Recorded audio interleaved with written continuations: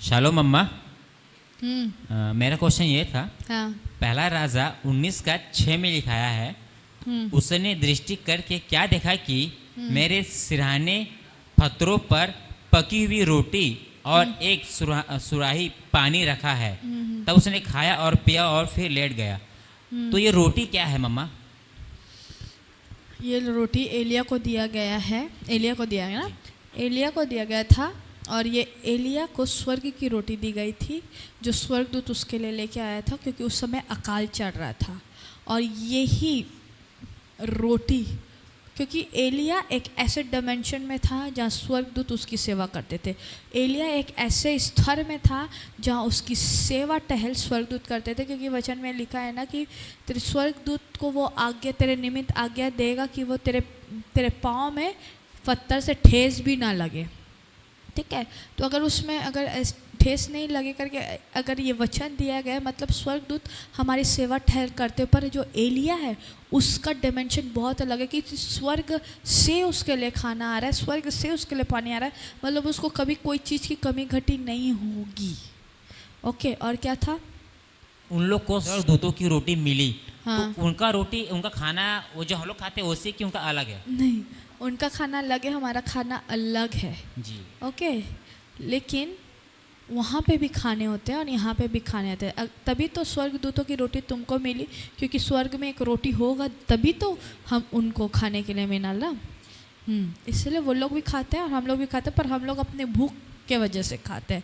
इसलिए वचन में लिखा है कि आदम को बोला कि अब तू अपने पसीने की रोटी को खाया करेगा और उससे तेरा पेट भरेगा। ठीक है, लेकिन स्वर्गदूत तो कोई पसीना वाला काम नहीं करते, पर भी उनको रोटी मिलता है। स्वर्ग में भी खाना है, स्वर्ग में भी भोज है। तो वहाँ पे लोग जो खाना खाते हैं वो भूख से खाना नहीं खाते, वो आनंद का खाना खाते हैं, रिजॉयस होके खाना खाते, खुशी का खाना खाते, भूख के वजह से खाना नहीं खाते, आनंद के वजह से खाना खाते। आमीन। शालोम मम्मा। हाँ बेटा। निर्गमन उसका 16 अध्याय और 31 पद में लिखा है, और इज़राइल के घराने वालों ने उस वस्तु का नाम मन्ना रखा और वह धनिया के समान श्वेत था और उसका स्वाद मधु के बने हुए पुए का सा था। तो मेरा क्वेश्चन ये है माँ कि जब इस्राएलियों के लिए परमेश्वर मन्ना को मतलब दिया उनको आकाश से, मतलब स्वर्ग से, तो वो धनिया के समान यहाँ लिखा है, तो धनिया तो बहुत छोटा होता है साइज़ में भी, तो ये समझ नहीं आया। नहीं बेटा, धनिया के समान, सफ़ेद, धनिया के समान छोटा नहीं, सफ़ेद, धनिया के समान श्वेत था, श्वेत था, सफ़ेद था, सफ़ेद था। बड़ा छोटा नहीं दिया है, सफ़ेद दिया है। कलर बता रहा है बेटा, पर साइज नहीं बता रहा है। बड़ा इतना भी हो सकता है, पर कलर वाइट हो सकता है। समझ आ रही है? छोटा धनिया मत सोच, डायमेंशन छोटा नहीं है, बड़ा हाइट बड़ा हो सकता है, लेकिन कलर मेजरमेंट, कलर बता रहे हैं कि वो सफ़ेद धनिया का हो, धनिया के समान हो, सफ़ेद हो सकता है। तो हाँ, डेफिनेटली जो वो लोग देख रहे हैं उस तरीके से रोटी वो खा रहे हैं। शायद हो सकता है कि ज़्यादा डार्क रोटी उन लोग का नहीं हो, मतलब स्वर्ग में भी खाना है।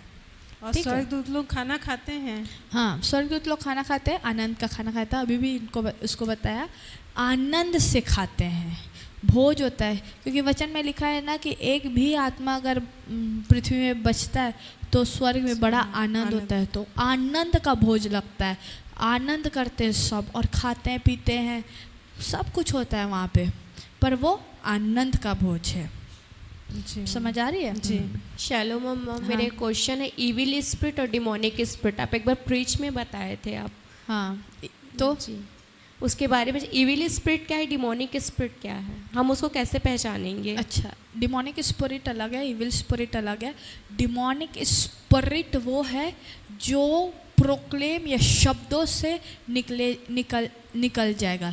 देखो, एक बार वचन कहता है ना कि यीशु मसीह के चेले गए और बोले कि प्रभु तू दुष्टात्माओं को निकालता है तो निकलते हैं, पर हम निकालते हैं तो नहीं निकलता है। तो क्योंकि शब्दों में सामर्थ्य चाहिए कि वो दुष्टात्मा सुन के निकले, तो जो दुष्टात्मा सुन के अपने कानों को बंद करते और चिल्लाते और ठहर नहीं पाते। समझ जाना कि वो डिमोनिक स्पिरिट है, उनको शब्द और परमेश्वर की सामर्थ्य से वो निकल जाएंगे। और इविल स्पिरिट वो है कि तुम अपने अंदर से उसको निकालोगे, वो किसी के प्रार्थना से नहीं, पर तुम्हारे सेल्फ डिसीजन से वो निकलेगा, तुम्हारे सेल्फ नेचर से निकलेगा, तुम्हारे अंदर की कैपेबिलिटी से वो निकलेगा। कि आज मैं अपने जीवन में मतलब मेरे अंदर झूठ बोलने की आत्मा है, तो अगर मैं प्रार्थना कर रही हूँ और आज मैंने जीसस को एक्सेप्ट किया है, तो समझ जाओ कि आज मैं ये बोलूँगी कि प्रभु आज से मैं झूठ बोलना बंद कर रही हूँ। तो आज से मैंने खुद ही निकाल के फेंका है। वो इविल स्पिरिट है जो तुम खुद निकाल के फेंकते हो, और जो डिमोनिक स्पिरिट वो है जिसके लिए एक मैन ऑफ गॉड का ज़रूरत पड़ता है। ओके चलो मम्मा, हाँ। मेरा क्वेश्चन ये था, जो स्वर्ग दूतों की बोली और मनुष्यों की बोली दो भाषाएं हैं, हाँ। और आपने बताया कि स्वर्ग दूत अपनी बोली में बातें करते हैं मनुष्यों से। हाँ। तो जब परमेश्वर ने स्वर्गदूतों को अलग बोली दे, तो तब स्वर्गदूत आते हैं मनुष्यों से, तो कौन सी बोली में बातें करते हैं? जैसे एलिया, एलीशा, मूसा से बातें की तो प्रॉफिट थे, वो तो समझ आता है कि वो उसके लैंग्वेज को उन्होंने समझ लिया। लेकिन जब नेचुरल व्यक्ति से जब बात करते हैं, जैसे सिमसोन की माँ, याकूब की माँ, और सिमसोन ये नेचुरल व्यक्ति से कहीं बातें करते हैं स्वर्गदूत, तो कौन सी भाषा, कौन सा लैंग्वेज में बातें करते हैं? समझिए। ठीक है, नॉर्मल तेरे जो आपको समझ में आता है वही शब्दों से बात करते हैं। समझ में आ रहा है? अभी जिब्राइल के पास जिब्राइल आया, क्या नाम है, जकरिया के पास, तो जकरिया बोलते कि ये कैसे होगा, मतलब कुछ शब्द बोला होगा तभी तो बोलागा। ये मरियम के पास है, डर मत, मतलब उनको तुम्हारी शब्द पता है पर तुमको स्वर्गदूतों की बोली नहीं पता है। समझ आ रहा है? पर तुम्हारी बोली को वो बहुत अच्छे से समझते। क्यों? क्योंकि वो कम्युनिकेशन करते हैं तुम्हारे साथ। ये सब्जेक्ट को भी मैं टीच करूँगी। होली स्पिरिट का मीटिंग हो रहा है ना, प्रिपेयर योरसेल्फ, मैं टीच करती हूँ उसमें या प्रीच करती हूँ उसमें। ठीक है, इसलिए वो तुम्हारी बोली को समझ सकते हो और तुमको जो समझ में आता है वही बोली में तुमसे बात करते हैं। ठीक है? शालो मम्मा, ये मेंटरशिप में क्वेश्चन आया था मम्मा, पहले पाप तो स्वर्ग में हुआ था लूसीफर के द्वारा, और लूसीफर स्वर्ग दूत था, तो उसको कौन सा डार्क एंजल पाप करने के लिए प्रेरित किया होगा?